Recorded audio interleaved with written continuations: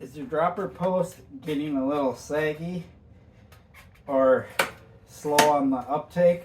This one isn't super slow on the uptake, but I can tell when I push on it that it squishes down a little bit. That's a sign that your dropper post needs air. Yes, most dropper posts that I know of anyway have an air cartridge inside. So I'm going to show you how you fill that. First step is going to be you have to take the seat off so you can get to the valve. So there's generally, once you take the seat off, a cover, and then when you take that cover off, you can use a shock pump, not a regular bike pump, a shock pump, and put air in. So let's do that. Okay, so once you have the seat off, you can just untwist this.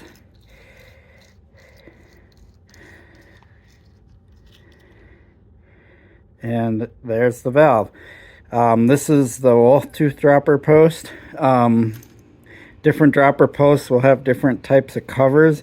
I have some that just have a little cover that's very similar to the valve cover on your wheel, and things like that.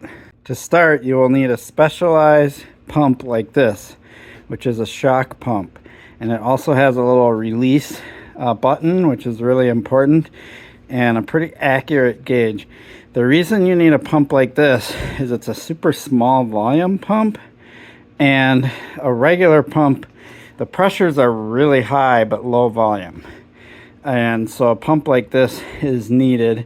A regular bike pump would basically just let all the air out of this right away, and then it wouldn't have the ability to do the high pressures needed for a dropper post, or in the case of a suspension fork, it wouldn't. You need one of these for that also. And rear shocks when you have them. This bike doesn't. So we're gonna go ahead and put this on and then pump the. So basically I'm gonna thread this on to the valve. I'll know when it's fully seated on because the air will show in here. So the minimum is 150. So see how it's just slightly below 150, which is why it squishes down a little bit. Maximum is 260. So I'm going to pump this up probably somewhere between 200 and 250 and see how it works, and then I'll determine if I want to go all the way up. I don't know if I need to go all the way up to max pressure. I do ride in colder weather, so I definitely want to be on the higher end because the pressure will change with temperature changes. So I'm going to hold this firmly in my hand and push the air in, and you'll notice it takes a little bit of effort to get that air in there, which is why you can't use a regular pump. You definitely need a specialized pump. There's no way you'd be pushing 200 psi with a regular pump. Okay,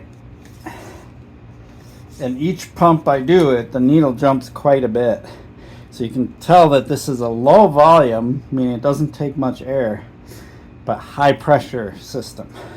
All right, I'm pretty close to 250. I'm at about 240, so I'm going to take this off. I'm going to test this without a seat, so I'll push the lever in, and it's totally firm now, so feels pretty good. So I went high, and then there was a tiny bit of seepage. That could actually be, I mean, this is a really old shock pump, and maybe I need to get a newer one that has a better system on it for threading on and off. But we'll see. But it did work. I got air in there. Let's put the seat on and test it out.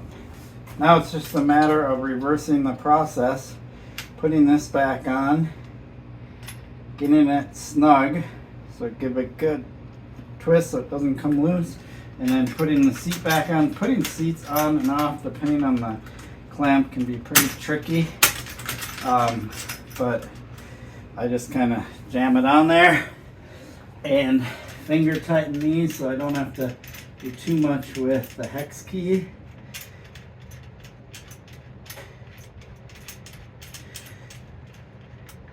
make sure my seat is on the rails where I want it. Depending on how you ride, you can be all the way forward, all the way back. Pay attention to that. I generally am about the middle of the rails, but definitely be aware of that when you're putting the seat on.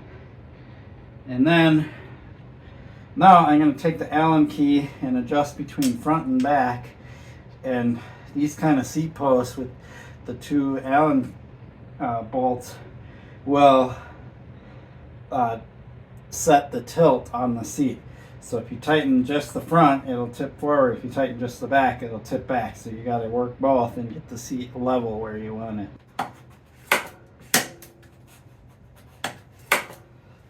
There we go. Nice and solid. Doesn't squish down or anything.